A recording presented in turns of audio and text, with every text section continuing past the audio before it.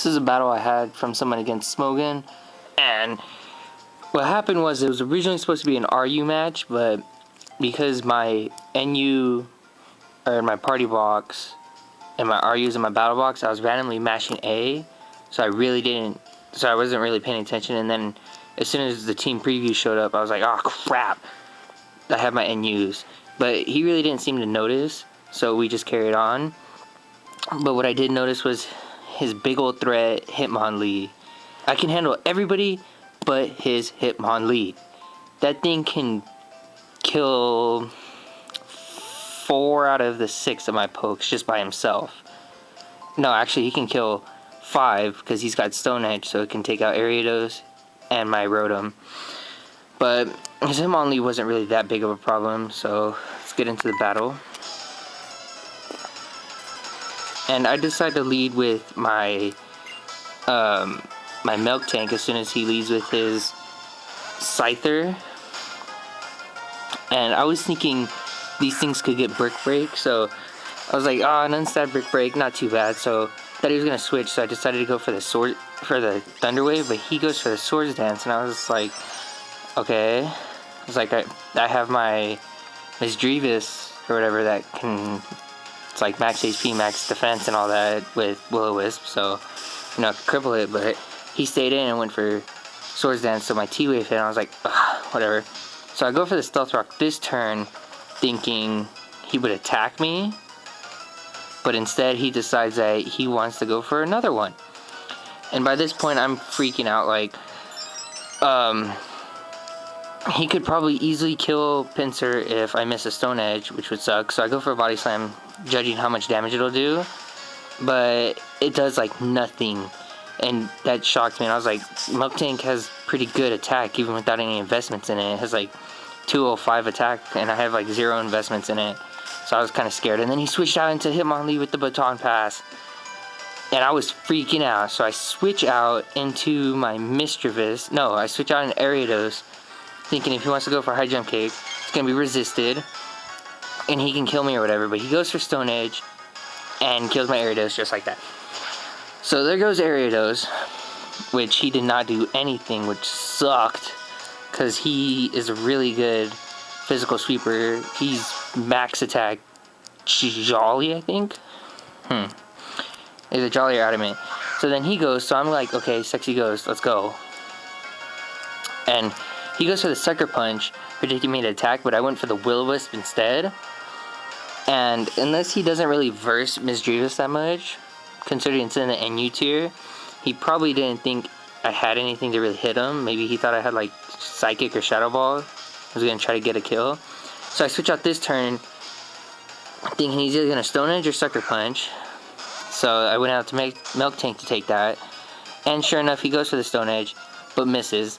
I don't know how much that really mattered, but considering he's at +4, it probably mattered a lot. So this turn, I know he's going to go for High Jump Kick, not wanting to mess around anymore.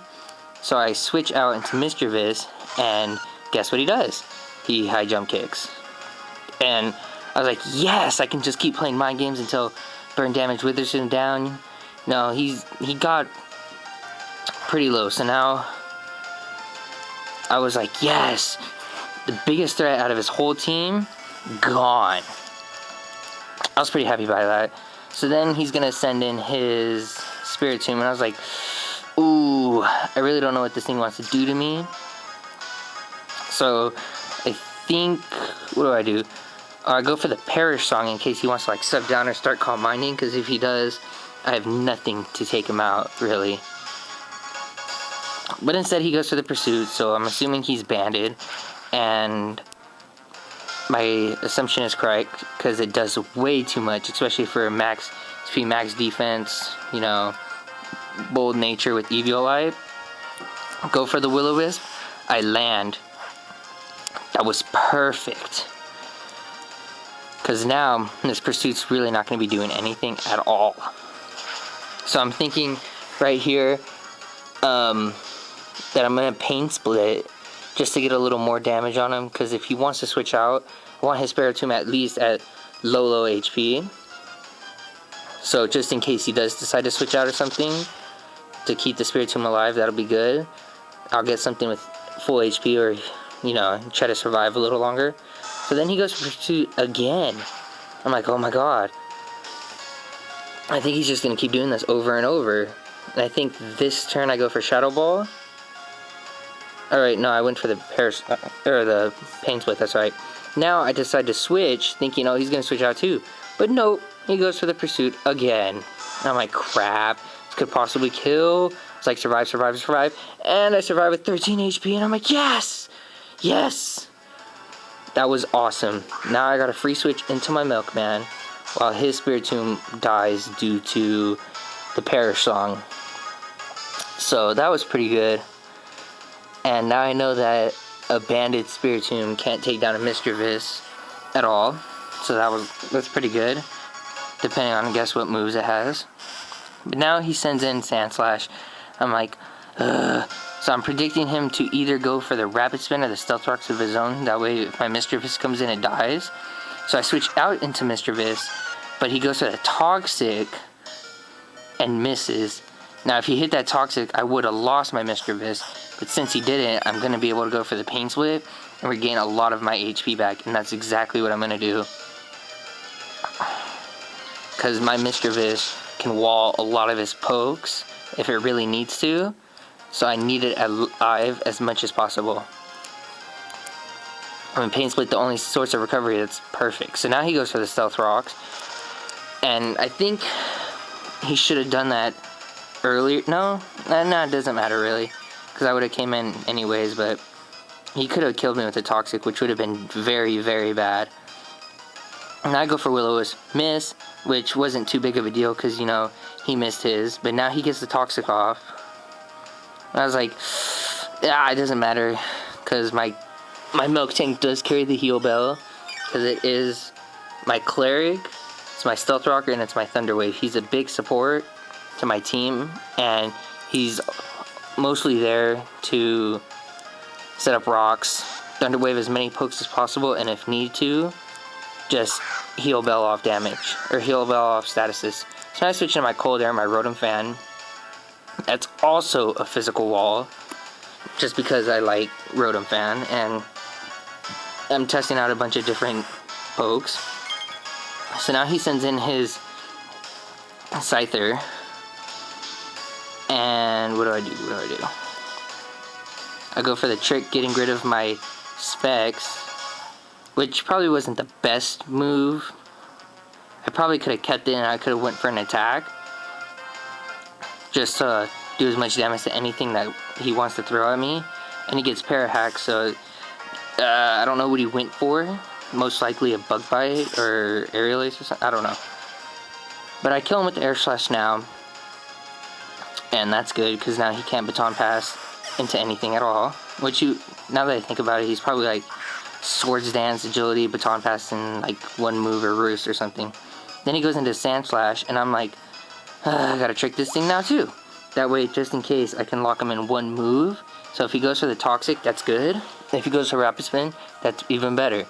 So now he has Eviolite, no source of recovery, and then I gain leftovers. But instead, he goes for the Toxic, and I was like, you probably should have Rapid Spun.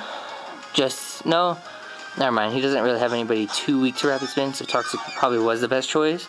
So far, I know he has Rapid Spin, because he's used it. He uses it later on. He has Earthquake, he has Toxic. So I'm thinking the last move he has is... actually, I don't know what his last move is. He never shows us. So now I go into my Mischievous, just, you know, to wall him. So he goes for the Earthquake, and of course that doesn't hit because I have Levitate. So that's good. Now I'm going to just keep trying to go for the Will-O-Wisp, and he stays in.